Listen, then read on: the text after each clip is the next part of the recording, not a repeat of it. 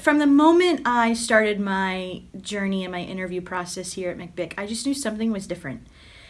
And I remember clearly telling my family and friends, like, guys, like, there's something different about this place, but I couldn't pinpoint what it was or anything like that. And so now that I've been here for almost 2.5 years, I now see that it's really the transparency and vulnerability and realness that is here at McBIC, and the culture and in the people.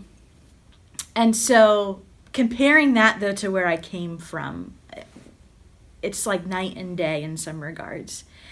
And I felt like at my old church, myself included, we had to put on a mask, like a Halloween mask, a costume that, like, you almost had to be somebody completely different from who you were. That you had to come in having it all together, being perfect. And that's not what Jesus asks of us or wants of us. And so it was really hard sometimes to be vulnerable and to be real and transparent at that church because of this pressure that we all felt to sort of have it all together.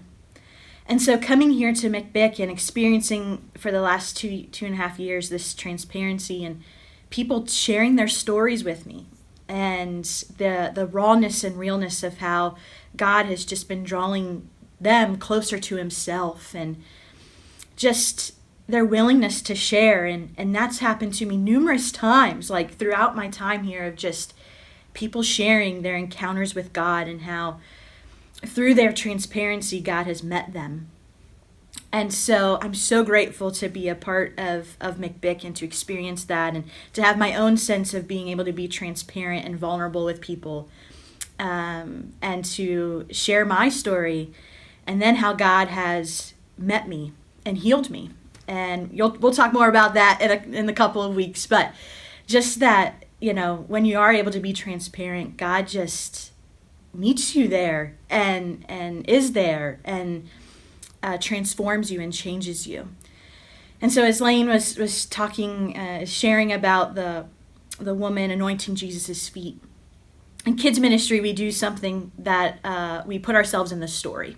So whether we're the woman or we're just kind of observing the story, we kind of put ourselves there.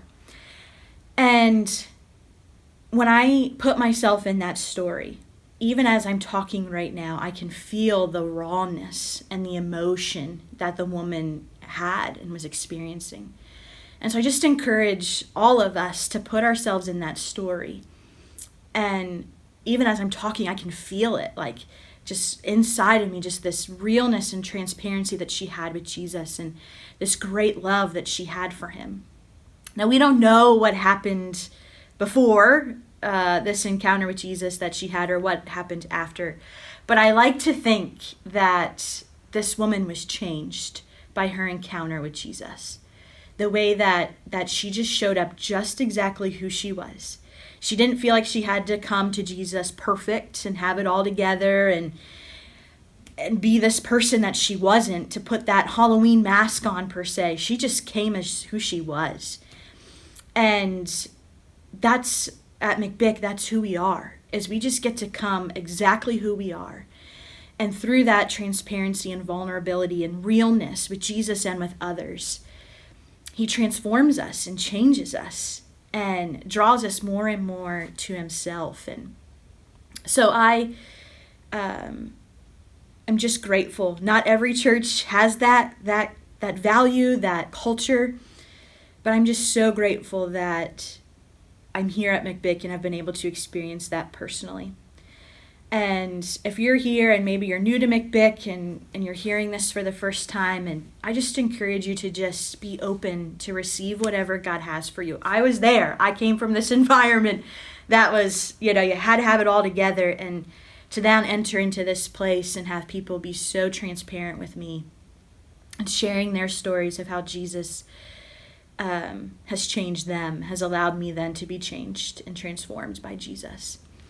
And so I just encourage you to just be open to receive whatever God has for you in this season, in this time, in this place, and just allow the safety that is here to just be exactly who you are And Jesus will meet you here. We'll meet you here, exactly where you are.